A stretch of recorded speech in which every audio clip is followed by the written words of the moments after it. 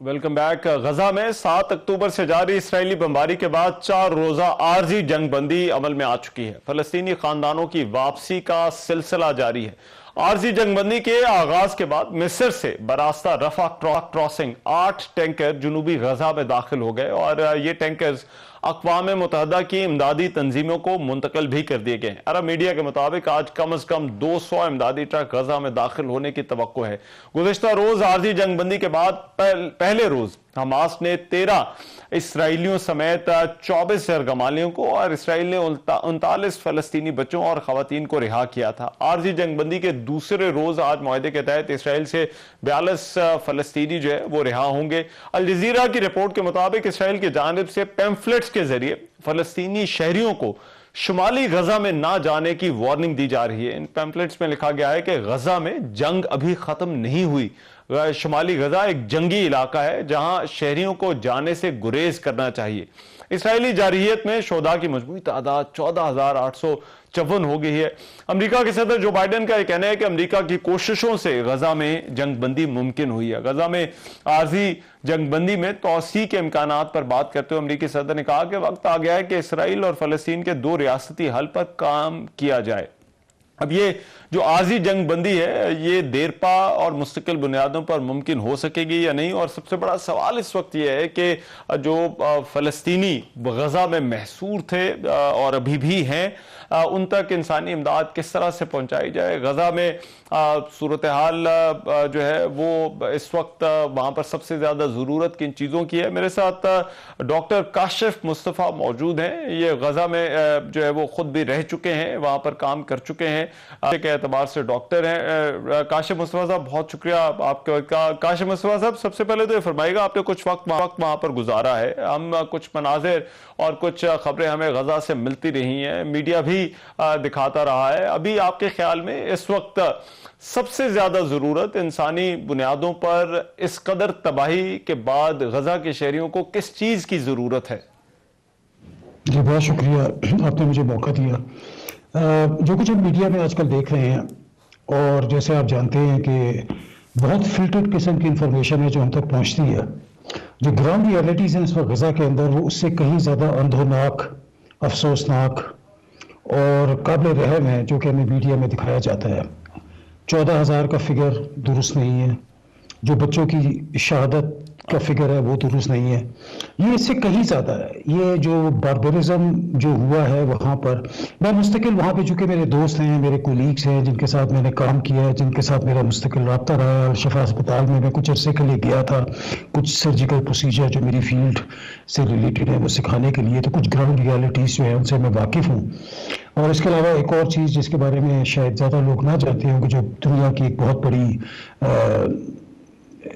فلاحی تنظیم ہے انٹرنیشنل ریڈ کراس، اس کے جو وہاں کے سربراہ ہے اسرائیل و فلسطین کے، وہ بھی پاکستانی ہیں، اوریجنلی کینیڈین پاکستانی ہے، تو ان سے بھی میرا رابطہ ہے۔ وہ گراؤنڈ ریالٹیز کی جو خبریں ہیں وہ اس سے بہت خطرناک ہے۔ اور اس سے پہلے کہ ہم اس کے مادی پہلو کے پر آئیں کہ کتنی آپ کو پانی کی بوتلیں چاہیے، کتنی آپ کو دوائیاں چاہیے، کتنی آپ کو خوراک کے ڈبے چاہیے، معاف کیجیے گا، اس سب سے زیادہ ضرورت ریحان صاحب اس وقت جو فلسطین کے لوگوں کو یہ ہے وہ کمپیشن کی ہے۔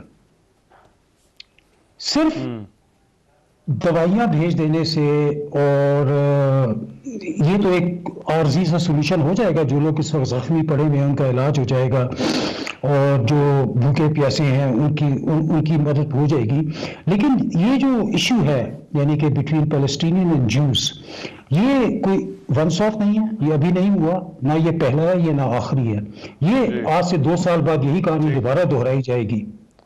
تو اس کے لیے ساری مسلم ورلڈ کو اور ہم سب کو، یا سارے لوگ جو انسانیت پہ بلیو کرتے ہیں، ان کو ایک میجر سوچ کی تبدیلی کی ضرورت ہے اس ایشو کو سمجھنے کے لیے اور اس کے پرماننٹ سولوشن کے لیے۔